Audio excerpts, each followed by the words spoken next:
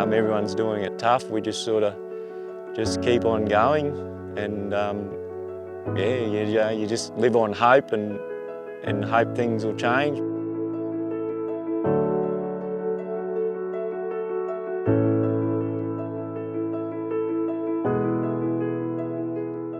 You adapt to whatever comes along, but like for livestock now, it's the worst it's ever been.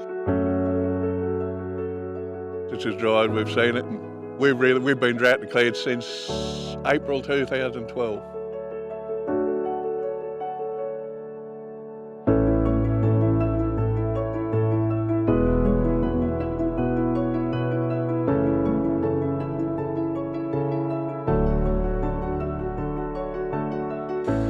Care Outreach has been going for 26 years. This is our 26th Christmas for the Bush project that we're heading into right now. Came across two situations almost immediately that had been impacted by suicide. This was very impacting. The first one, the father had taken his life, leaving his wife and young family only weeks out before Christmas. And then the second one was the teenage son. And Bill got to the gate of that second property and said, "Dear God, we've got to find these people before it's too late."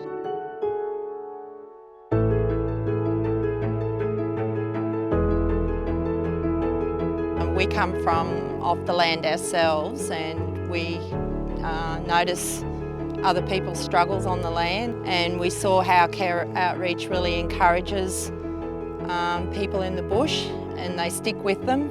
They don't just go out once or twice, they stick with them for the long time. There are quite a few families that are struggling and will struggle to provide presents for their kids or food on a Christmas lunch on the table. Yeah, a lot of people out there that could use a hand, and it's nice to know that people are thinking of you.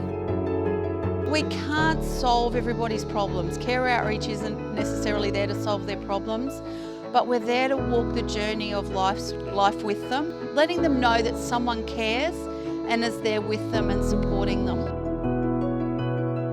Well, all that donated stuff that comes in from Care, and there's a lot of people donate cash as well, and they put together hampers. This particular run, Christmas in the Bush one, they put gifts together for everybody, for mum and dad gifts and the kids, and just to give them a chance, because they're flat out over Christmas really, feeding stock and everything else when it's been so dry, so just to give them a bit of feel of Christmas. Everyone's glad to see them come. In the district, they're sort of a part of the family now. It's not so much what they bring or it is, it's just people like to see them come around. No, they're doing a good job. They've become our friends, and they know us now, so most of them try to make sure they catch up with us, and always like to have a cuppa with them and have a yarn, and working with them is even better because you get to talk to them and have a laugh with each other and just really, mix with them and get to know them well. We're just trying to keep people going at the moment, just keeping them alive, keeping them encouraged, motivating them, just trying to help them get up and fight another day. So that's the major thrust behind what we're doing this year. You regularly bring in a load of goodies or whatever, or go and spend time with people and they just burst into tears, and they're just so grateful to have someone that actually is stopping in to call in and say hello. Oh, it's just great to have them turn up.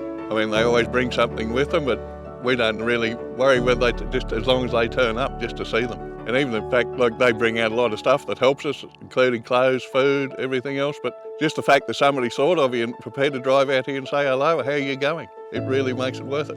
Over the time they've been coming out here, and hope they keep coming, whether it rains or not. We do have a designated disaster account, which 100% of those donations go to our Outback families. Any time of the year, support is so needed.